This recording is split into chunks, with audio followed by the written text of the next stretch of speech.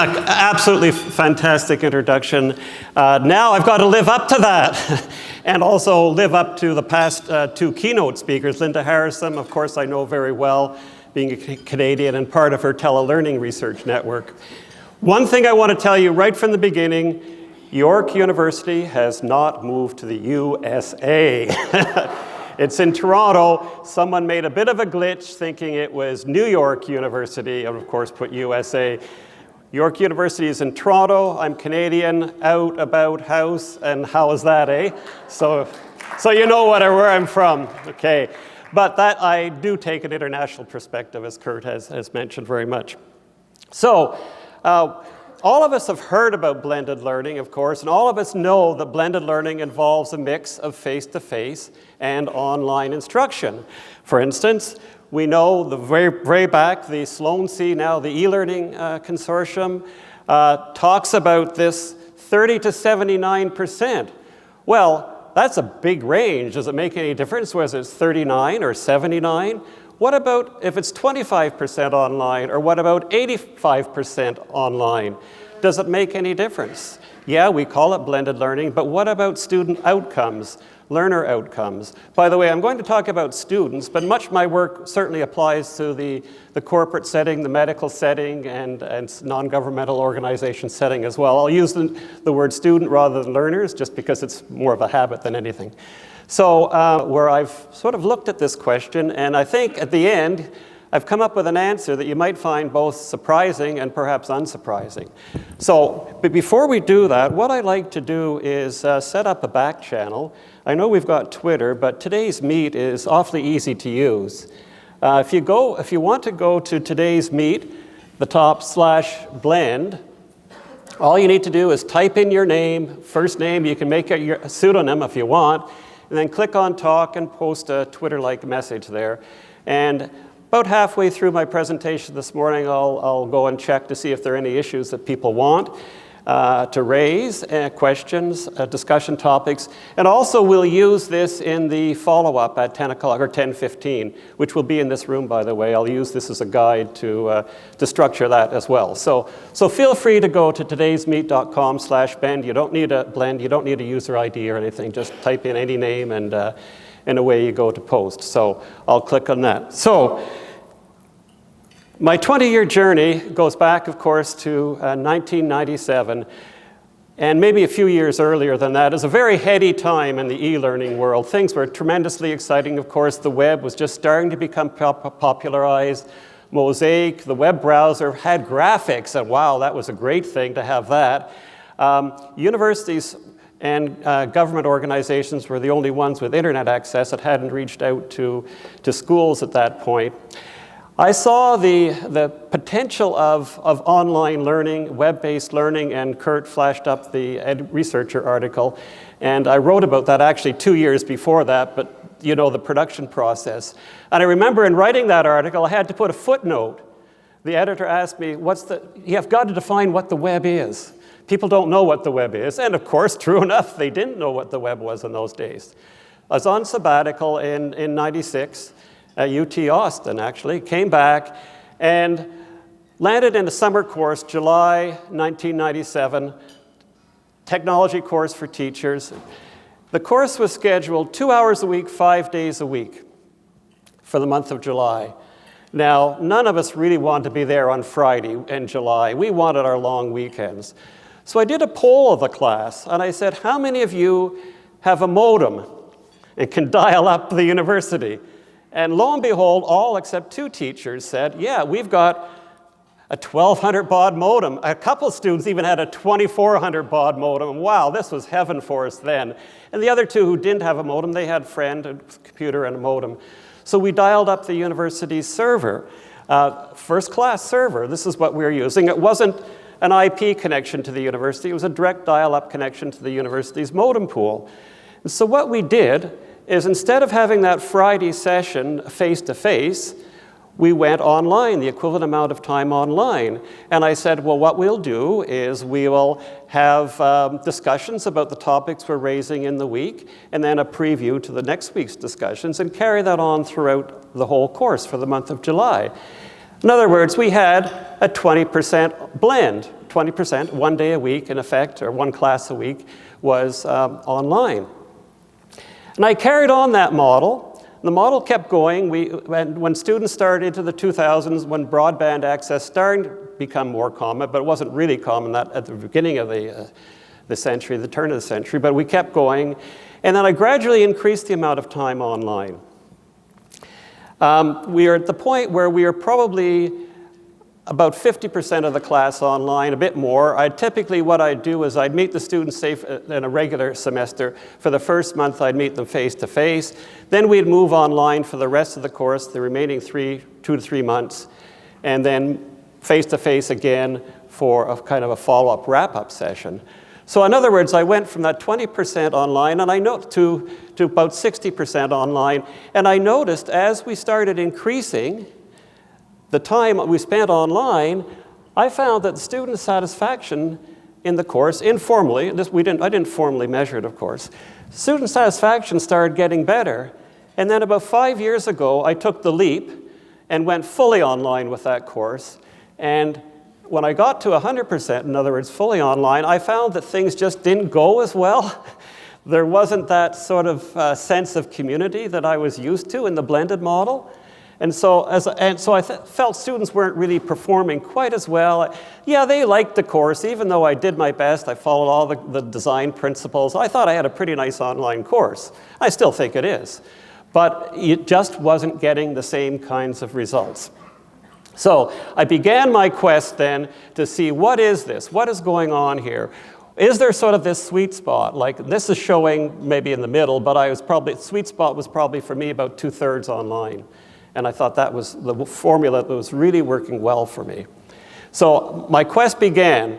At that point, I was quite familiar with the literature because I'd been doing research on blended learning, but I hadn't looked at this particular question. So what I want to do just before we get into the achievement part or the performance part of particular blends, I want to just take a little walk through some of the strengths that I see of blended learning. Okay. One of the main strengths of it is this idea of flexibility. When your students don't have to come to campus or to the meeting site, if it's not a university setting, they don't have to come to the campus every day for every class. If we get into this kind of blended situation, it gives flexibility. Now, our students in higher education, many of them now, as the students seem to be more mature, many of them have family responsibilities and life responsibilities that they have to deal with. And this frees them up, of course, for to spend some time on that sort of work-study-life balance. We also know that our students are working. I've looked at some national statistics. I see in Canada, we saw a survey I saw about 52%, about half of Canadian students who are studying full-time are also working. Australia, I happen to notice it was higher. USA, lower perhaps.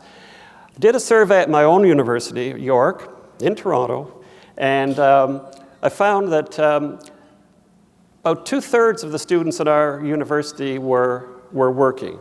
Of those, the majority were working less than 20 hours a week.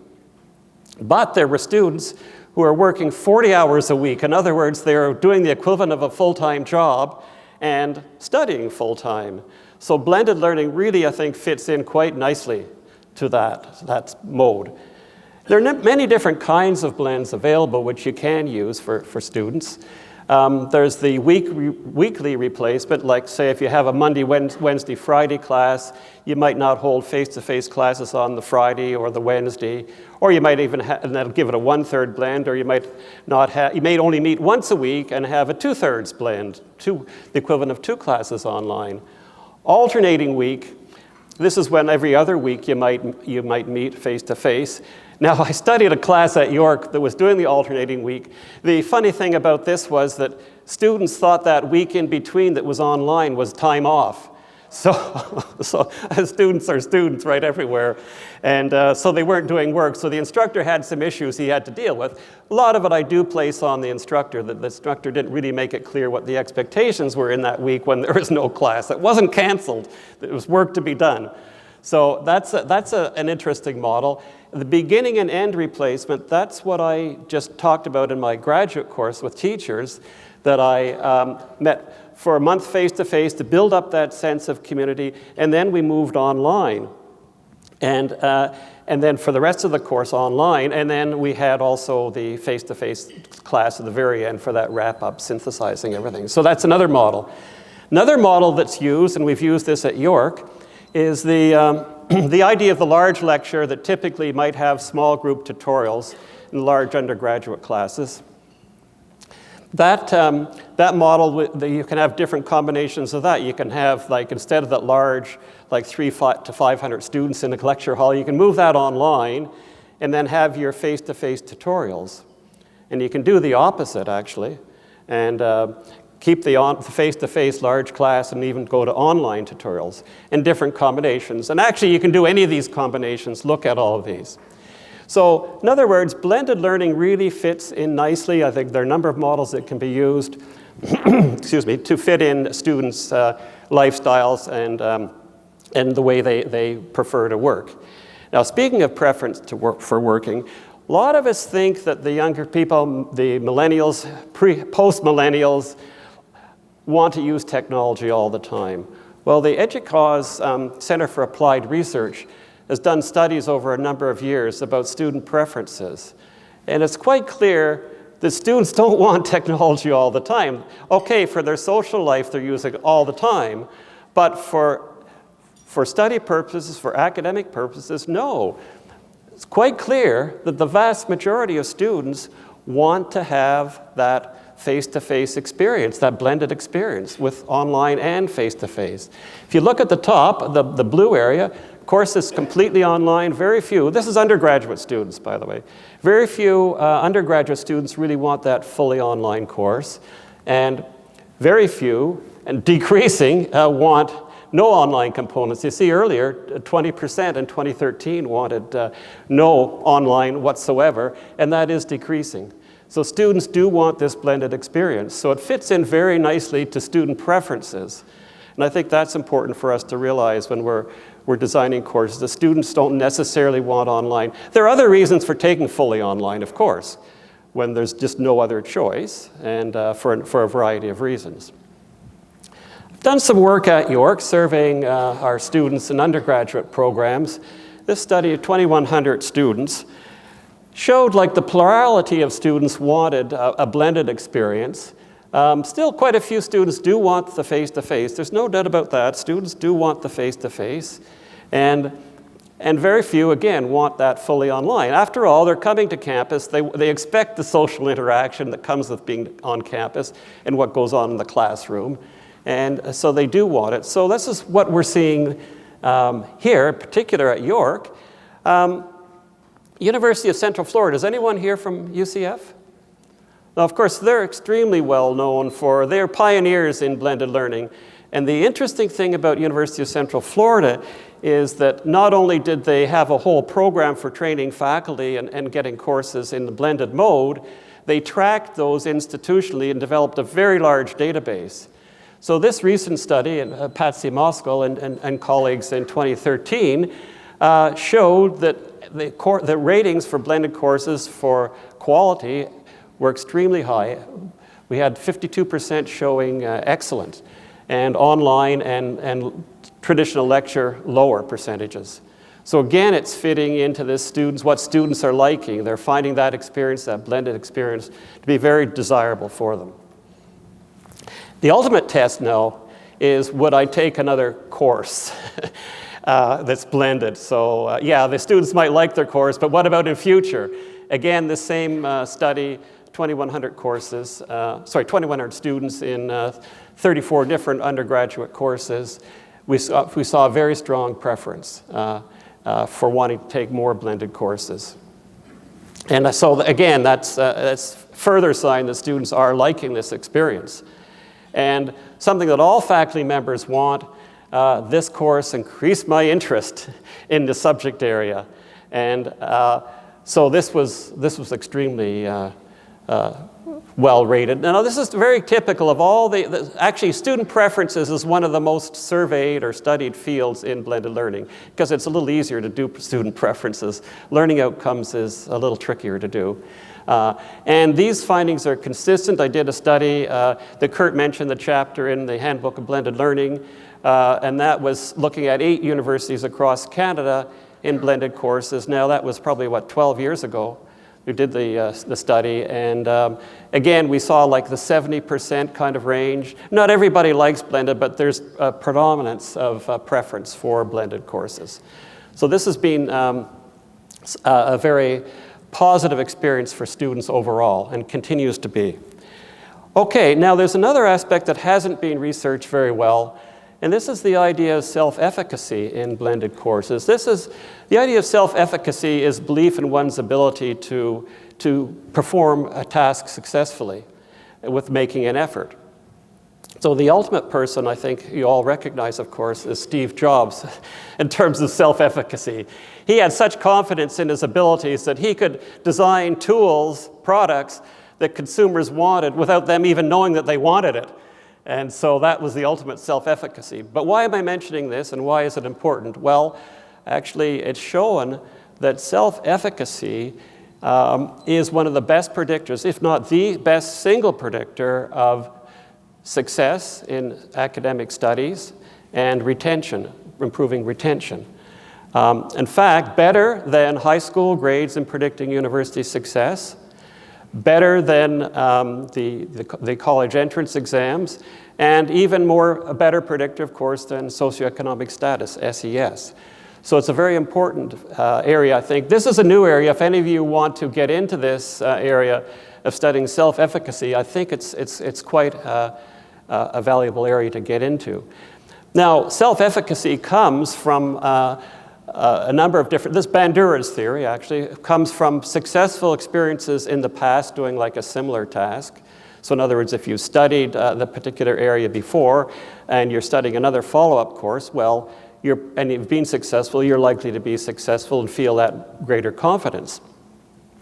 The other one is from seeing others, your colleagues, with similar abilities to you succeed. So if you can put yourself in a situation where you see others are succeeding, saying, hey, I can do that, sure, I can do that, and you build up that self-confidence, and also feedback, positive feedback, increases self-efficacy as well.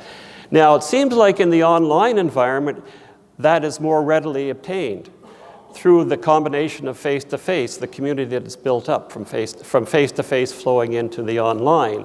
Students in the online world, of course, when they're doing their studies there, they can see what other students are doing, they'll get positive feedback from others, and it'll help build up that self-efficacy. So that's very, very important. Now, next question is going to be, what about performance? But before we get to that, the real heart of what we're doing, I do want to say that even though I've talked about blended learning as being, it seems like now it's a panacea, I mean, there are some limitations, of course, of blended learning. Particularly with freshman students, I found that first and second year students do seem to struggle sometimes with blended learning. They don't necessarily have the study skills or the perseverance to realize that, hey, the work in class that we're doing, the work we're doing online is important, not just the in-class work. So they don't necessarily see how they're going to do it. The same thing actually happens with lecture capture. Students tend to think, well, if I don't have to go to the lectures if I can see it all online. So student study skills are an issue, and that could be overcome simply by the instructors giving them some guidance on how they should approach the course, the blended course. We've had situations at our own university, students come to and probably your same institutions, will come to the first class and find out, oh, by the way, this is a blended course. They had no idea. So what we've done at York is we've brought in course codes, so courses are identified as being blended or fully online or standard lecture. And that's good because it gives students that sort of heads up, although students don't necessarily look at that course code. It's like a letter or a couple of letters that go after the course number. and that'll tell them whether it's going to be a blended course. It's also helping with our own institutional research. And UCF has done that, of course, for many years, so they can identify institutionally which courses are blended and gather and build up that database. So at this point, let me just quickly check, does anyone have anything posted at, okay. Okay, well, we'll get a few of these. Okay, I'll just pick one down. Okay, difference between efficacy in blended learning for graduate versus undergraduate courses. Oh, I'm sorry, I'm not projecting that. I've got to go into my presenter view, and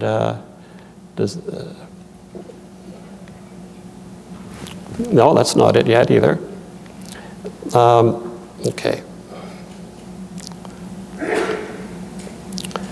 No, I thought we had this worked out here. Okay. I guess I actually have to close. Do I have to close the PowerPoint?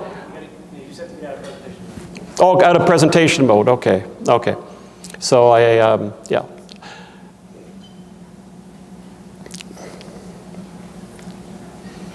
So I guess I just close the presenter view, right?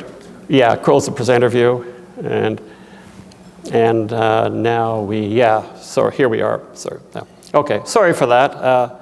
Yeah. Okay. So here we are. The question I thought I would take a look at is the self-efficacy for blended for graduate versus undergraduate. Yeah, actually, I can't point to specific studies about self-efficacy, or maybe the reference is to efficacy only, or like efficiency, how well they work. In fact, yeah, at the graduate level and at the professional level, it seems like results are better for blended learning.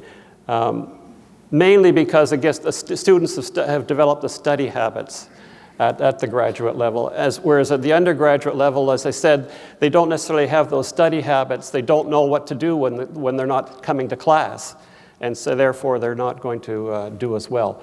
But that can be overcome by time and the instructor explaining what is the expectation of the course. Okay, your course is always synchronous when blended. No, that's a good point, because, excellent point in fact. If you have a blended course, then you move online and it's synchronous, what are you doing in that case? Well, you're kind of eliminating the flexibility that I talked about the students do value, because if it's a synchronous session, everybody's got to be online at the same time. So although they'll do it from any place, they lose the anytime feature of asynchronous. But I definitely have done that in smaller classes, in particular in the graduate classes. I will have some, during the online time, I will have some synchronous sessions. And that kind of pulls together and keeps the sense of community going better. So like every month, like I might have a sort of one scheduled time synchronous where people can check in. Otherwise, it's asynchronous. But that's a good question. So while it is good to have the synchronous sessions, you do have to watch that it doesn't kind of destroy one of the main features, that flexibility that you get from blended learning. And okay, lots of questions. Okay, sweet spot. Okay.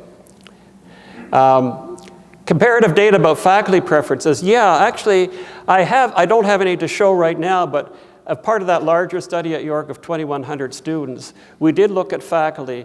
Faculty at first are always hesitant, but I found that once faculty start doing it, they're very happy with the performance, sort of student performance and how things go in their courses.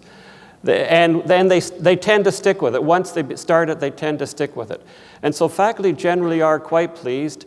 The interesting thing about it is the faculty who are most likely to do it are the senior faculty who have tenure, maybe even full professor at that point. So they're looking for something to reinvigorate their teaching.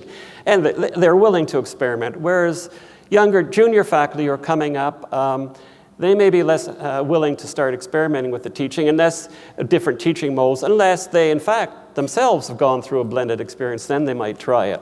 So yeah, faculty do find that it kind of reinvigorates them. It gives them the flexibility as well. Just like students have got flexibility, if you're running a blended course, it frees you up to come to conferences like this. You could still be running your class, and you just schedule it so your face-to-face sessions aren't this week. So that works well. So faculty do generally like it, and I've heard many testimonies of faculty saying everyone should try it. Once you try it, you're going to like it. We're getting into then maybe in the breakout session the issue of incentives and what different universities have done to incent faculty members to develop blended courses, but I think we'll leave that aside. Okay, we want to get back to my quest here, and I'll get back into presentation mode. We'll come back to the other questions later. So we're ahead here a few. Okay. Presentation mode. I just didn't go over far enough. There we are. Okay. Yeah. Oh, PowerPoint has stopped working. Oh no, come on. Okay. Oh no, it's back again. Okay. So presentation mode. At least it didn't try to reboot. So, okay. So I would say, what are we about? Slide 7, strengths of blended learning. No, we're ahead of that. Yeah, okay, yeah. Okay, back to my quest. Okay, so I've looked at the literature, and it's quite clear that students do like blended learning. It fits into their preferences, it gives flexibility, it can build a sense of community, self-efficacy. But, okay, now, what about performance in different blends? So, okay, I'm still looking for the answer to this question of what about this optimal mix. So I've gone through the literature quite extensively, and what I've found, of course, is UCF, going back to them, their very, very large database. This is now over 1 million students looking at success and withdrawal. Success they defined as obtaining a grade of C or higher. And you'll see that blended learning, 90% success rate.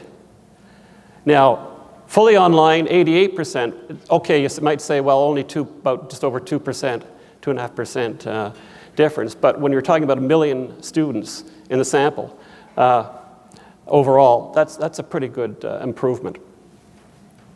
And look at the order, face-to-face third, lecture capture. That's interesting about lecture capture, isn't it? And then blended lecture capture. So lecture capture, as probably we all know, is when the lectures are recorded and then it's put online for students. Blended lecture capture, that's when they're capturing the face-to-face and putting that online. So in theory, a student wouldn't need to come to any classes because they'd have the lectures online and then they'd carry on with the regular online activities for the course. And that actually had the least success. Looking at withdrawal, blended, lowest withdrawal rate, which is kind of interesting as well. Blended lecture capture somehow was a little better, but full lecture capture was 5.3. My explanation, I haven't talked to them about that, and they didn't really address it in this study. But my feeling is, again, this sense that with lecture capture, students think they've got everything. We've done a bit of work on lecture capture as well, looking at students' habits in viewing. The better students would just go look at the lecture capture, highlight the parts in the lecture that they didn't understand, and then look at that, maybe play it a couple of times, make sure they get it, and then go on. The weaker students, when we ask them how they use lecture capture, they would tend to watch the whole lecture over a couple of times. Very inefficient use of time. And so as a result, students, it seems like, again, the weaker students, the weaker study skills, lecture capture gives students maybe a false sense of ability to succeed, and it doesn't work all that well. So in a way, I'm not surprised with lecture capture. Students love it, everyone wants it, but what's going to be the result when they have it? So we've looked at that, and then also then there's been a number of meta-analytic studies, and just to talk about meta-analytic studies. These are systematic reviews of literature. The Cochrane Library in the medical research field is extremely popular, long established. And what they've done, the Cochrane, formerly Cochrane Consortium, what they've done is they've collected studies researchers have collected studies done in a particular field, and they've tried to synthesize all those studies together and come up with some conclusion about the particular medical treatment or whatever. When I happened to go to get this screenshot here, I noticed the top study at the time was a study on the effects of exercise on mental health. And it showed, for instance, that exercise had a moderate effect on improving depression. In other words, helping relieve depression.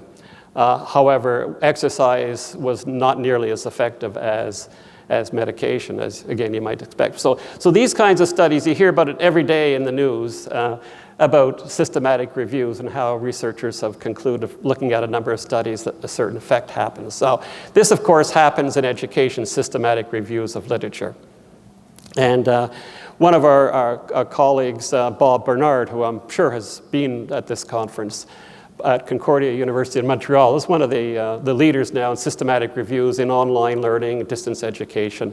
And so he's done a lot of work. In fact, I looked at what I've identified in the literature over about 12 years here as 5 studies that have looked at various combinations of blended versus face-to-face, blended versus online or face-to-face, and so on. So the Zhao study very early on, in fact, the colleagues looked at online compared to face-to-face, and I'll explain that study in a moment. And then, of course, Barbara Means and colleagues at SRI, the US government report, which then was later published in Teachers College Review in 2013, that got a lot of publicity about blended learning being sort of having a fair effect size. And Bob Bernard reanalyzed some of his data and looked at blended learning in particular and found that there was an effect size there for blended learning. Spanger is a more recent one. And the most recent, Vo and colleagues, they looked at STEM courses, blended STEM courses versus non-STEM, and compared those to fully online learning outcomes. Now, just to explain the idea of effect size here, this 0.38 effect size, what that means is roughly, very roughly, about 66% of the students in the blended course scored higher than the median for the face-to-face course. An effect size of about 0.38, 0.4. Have any of you heard of John Hattie, who's done he's looked at over 1,000 meta-analyses, looked at the average effect size of all educational studies. Anyone heard of him? Well, I really recommend his work if you're interested sort of in the field of meta-analytic studies. He's found the average effect size of all the various treatments, cooperative learning, problem solving, small group work, you name it, including online. He found the average effect size is about this 0.38, 0.4 level. And I highly recommend his work if you want to follow up on that. Anyway, so so in other words, what we're seeing with blended learning is an average effect size. No of what other educational interventions are like that are significant. Not a huge effect. It's the borderline between what you would call sort of a low effect and a medium effect, but nevertheless, it's there. It was there. There is definitely, overall, when we look at, maybe in this case, probably about 250 studies combined here, this average effect size. So when I looked at this, I said, well, this is fine. Okay, we see the students are doing better in blended classes, but it's still not getting to my question. What about this optimal mix? When you dig into these studies, you don't find a whole lot about that, but then I reached a eureka moment. When I looked at Zhao a bit more in Means and Bernard's study, I found that something really interesting was happening. Okay, looking first at Zhao, okay, as I said, he was looking at the effects of fully online versus face-to-face. he found that there was no difference between, in outcomes, learning outcomes, between 100% online and face-to-face. And then he looked at a moderating variable. And he's trying to explain these differences. Why did nothing happened there? But he started finding some, like, if you can't, in effect, like an independent variable. He started looking at other factors, and to see if that accounted for any of the differences, or in fact, were there differences. And he looked at so-called media involvement. What he meant by media involvement, he coded the studies for media involvement, and when he looked at that, what he meant is like online courses that had some face-to-face components in it. They weren't called blended at that point. And he found kind of interesting now, when he found that like when there's about 10% media involvement, 10% online, he found there was in fact a significant difference, that the online courses, the scores were higher than face-to-face. So in other words, this was like if you want a 90% blended course, 90% online, 10% face-to-face. And then, as he went lower, like 60 to 80%, he found a very large difference between online and face-to-face. And this is like, again, like a 60% to 80% blend. So I said, we're onto something here now, I think, because what we're finding is as we go from fully online and start introducing more face-to-face, we're seeing better results, better performance from students. So I thought, well, this is interesting. I think I'm going to get something from this. Okay, means what they did in their study, they coded on whether there's greater than 50% online or less than 50%. And they found, in fact, there was approaching a significant difference. So in other words, means they didn't find a true significant difference, but around this 50% area, which they coded for, they found that 50% was actually approaching significance, slightly higher outcomes when it's 50% or more.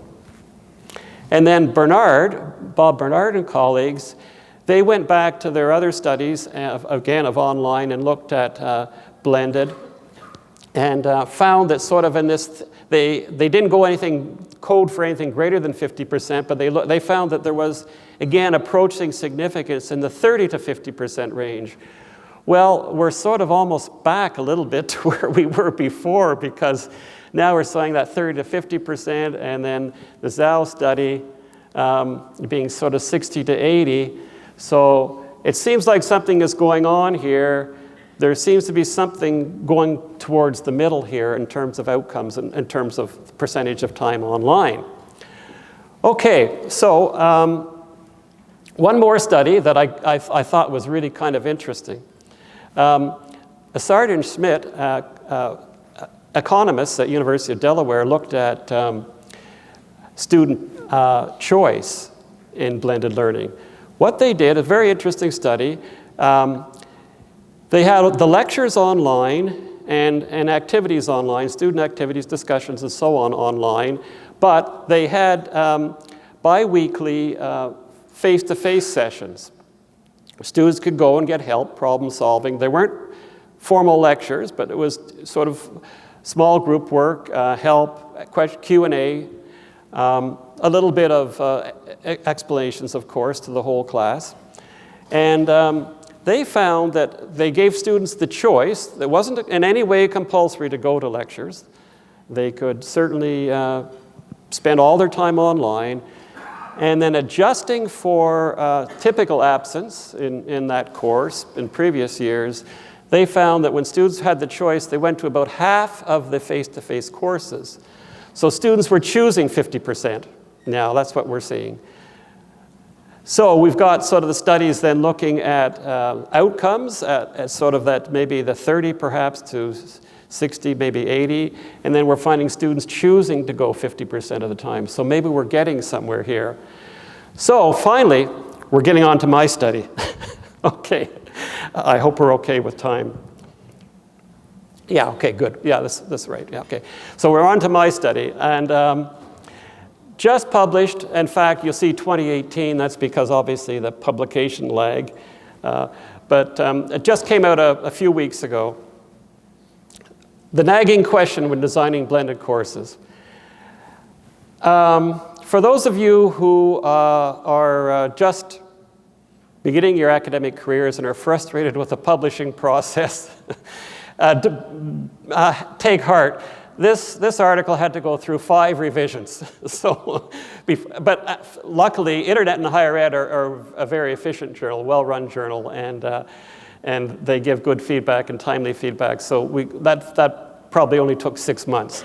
So we all go through this process. 5 revisions, we finally got it down.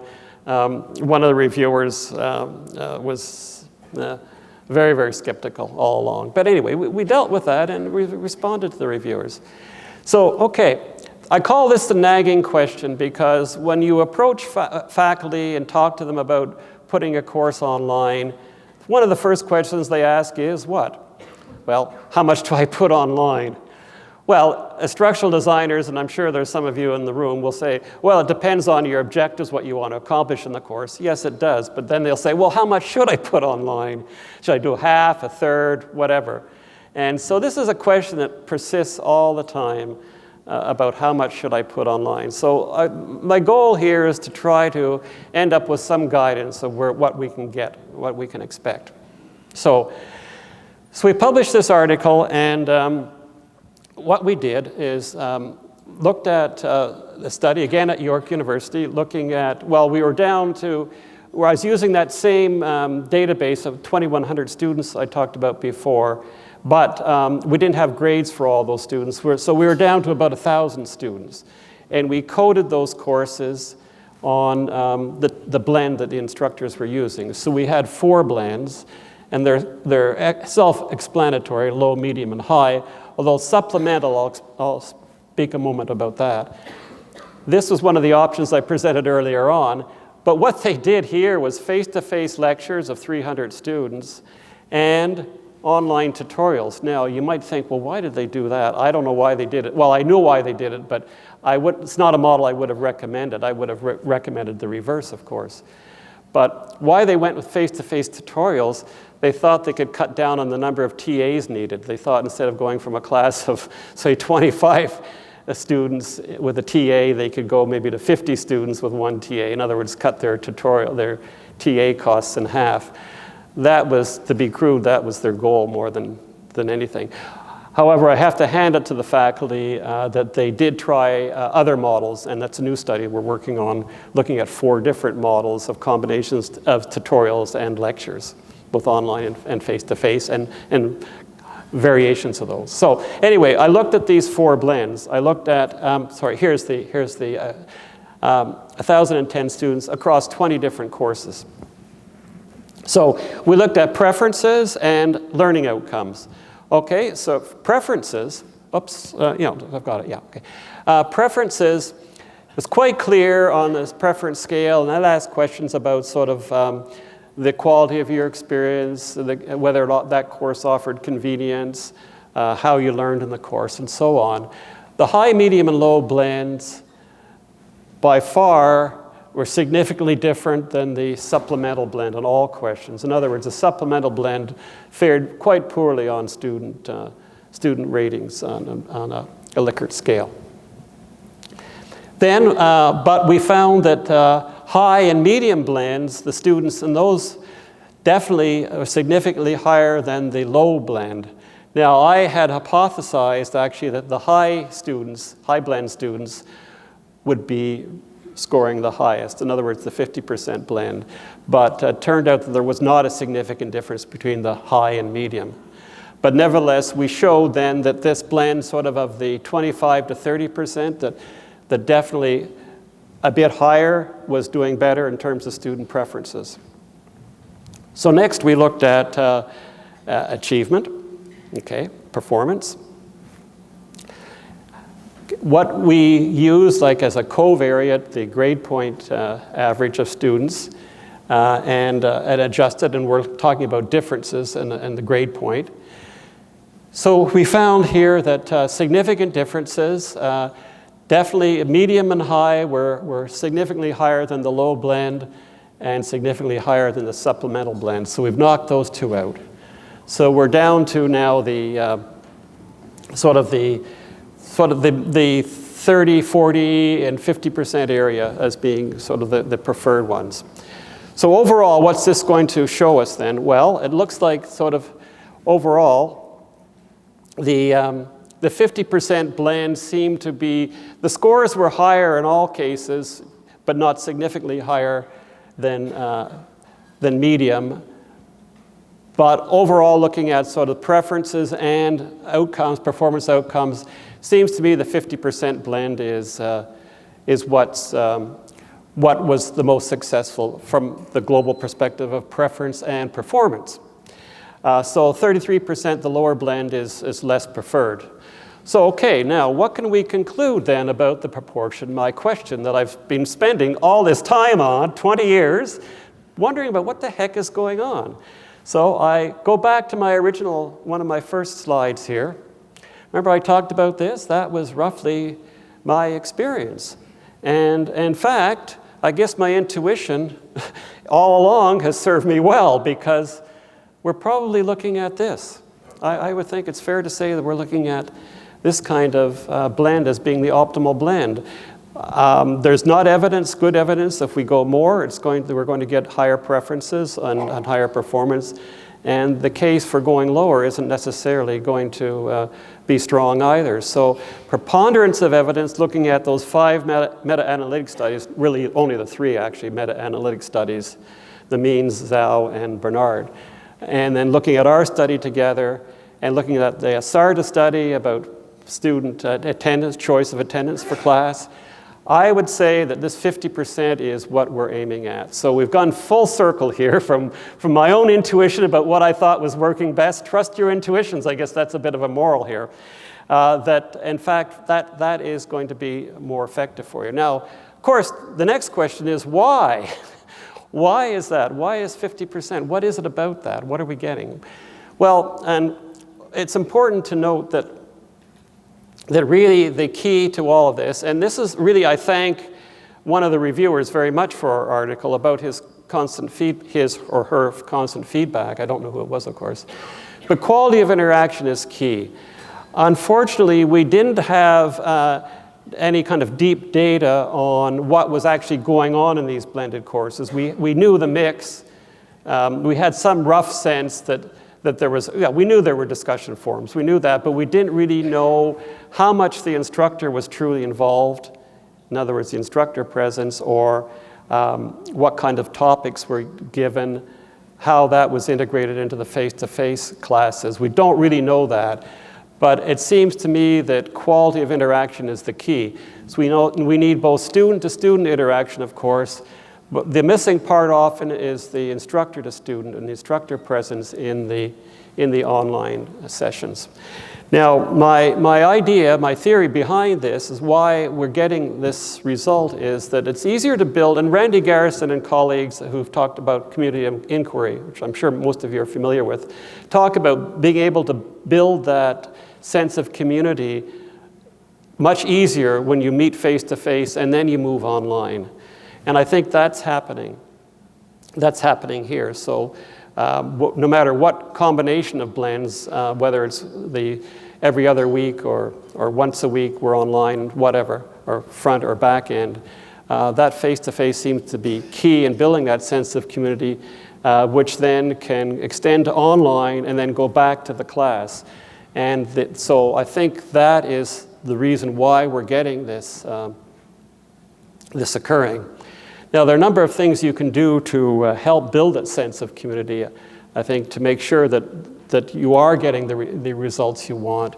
And as I just mentioned, instructor presence is really essential. Instructors need to be present. It's so easy for the instructors to sit back and let the students go online and do their work, do their problem solving, help each other. But instructors need to be there to show that it's a valued part of the course. It's key that, and also interact with students. Again, that's going back to my idea of self-efficacy, right? It helps build that self-efficacy. Discussions have to flow from online, from class to online, and vice versa, of course. The online cannot be just a separate chunk of the course.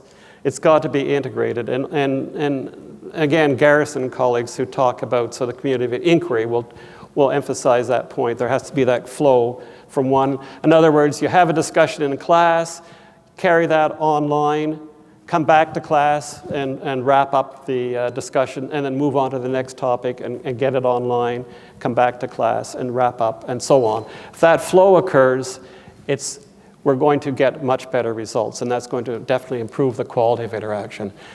Synthesizing online discussions in class, I really found that personally as well very effective, that you sort of bring it back to life, bring it back to memory, students, when you see them again in class. Well, we talked last week online about this, and now here's another interpretation, and so on, whatever.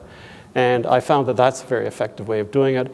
Collaborative projects online, of course, are important. Again, building the sense of community, whatever they may be, group problem solving, so on. FAQs, instructors, when they're new to Blended, often think that, and for online, fully online for that matter, they think that they have to respond to the students all the time. You'll get deluged in your inbox. Well, what you need to tell students is, I'm not answering course questions in my regular email. I'll answer them in the Q&A, FAQ discussion forum in the course. That way, okay, you respond to students once, and everyone can see the result, the answer to that question. So you're not getting multiple students asking the same darn question and flooding your email box. And also, if you're a bit slow in responding as the instructor, you'll find the students will step in and start answering the questions as well. And that's really cool. I mean, again, you're working towards building that interaction and the sense of community. And of course, this frequent focused feedback is important. And these are all good instructional principles, right, regardless whether it's blended or not. But frequent focus, feedback, again, the self-efficacy idea as well. It helps build confidence in students, gives them the ability, helps build their confidence to succeed. And I think that's key to it. So here we are. Grades, of course, grades, of course. I want to say some instructors forget that grading the online part is important. They'll put the good portion of the course online, but not grade it, only grade what goes on in class or class tests. In other words, there's no reward for students participating in the online, which they need to do. They need to do. Students value what's graded, so it's key to do that. So, okay, now where we are. Here, in summary, I think we've got to watch our time here, oh yeah, okay, 2 minutes over, so I think we're all right. So in summary, I think, just wrapping up. So I had my quest here, my 20-year quest going back to my very first experience, and I found in the end that my gut feeling from way back, beginning teaching blended learning, actually even before the term was coined, blended learning, that this sort of 50% idea, this blend seems to be, makes sense. So the key takeaway, I think, is you have to consider really the amount of time spent online in developing courses, and realizing that putting a course with, say, 10, 20% online, you're probably not going to get the benefits of online. Likewise, if it's a fully online course and you maybe have one face-to-face meeting at the beginning of semester, you're probably not going to get the full benefits of blended. So I think that's key for that to happen.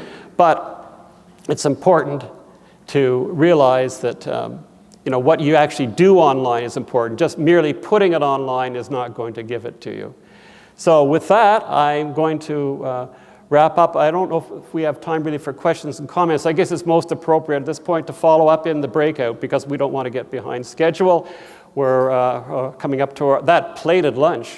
My God, it sounds fabulous. So we don't want to delay things. We don't want that lunch to get cold after our breakout sessions. So with that, I'll say thank you very much for your time. Oh, by the way, this follow-up, I did put, if you looked at Twitter, I did reward those who looked at Twitter this morning and gave link to my slides, but there's the bit.ly link to my slides. That's an I, 2I, not 21, 2I. Yeah, it's a bit odd, but anyway, it's there. So thank you very much. I've enjoyed it, and please stay around in this room after in 15 minutes, and we'll talk.